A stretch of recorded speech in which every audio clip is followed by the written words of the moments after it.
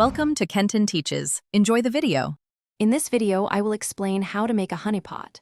First, understand that a honeypot is a decoy system designed to attract and trap cyber attackers.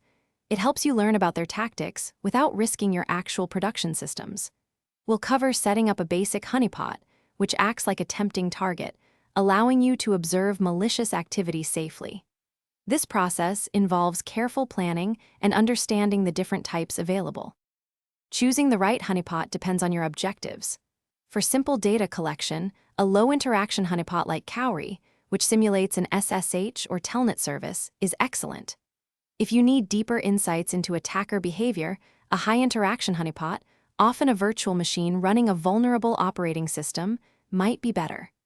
Always remember to isolate your honeypot completely, perhaps on a separate network segment, to protect your main infrastructure.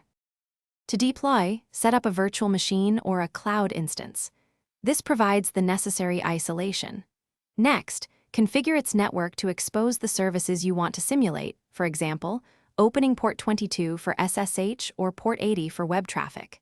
Install your chosen honeypot software, like a simple web server or a more complex SSH honeypot.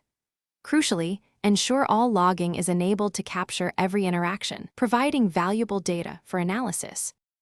Once deployed, continuous monitoring is key. Regularly review the logs for unusual login attempts, executed commands, or file system changes.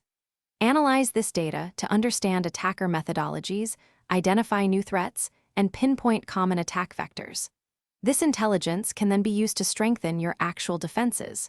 Remember to keep your honeypot software updated and patched to ensure it remains a reliable and secure detection tool.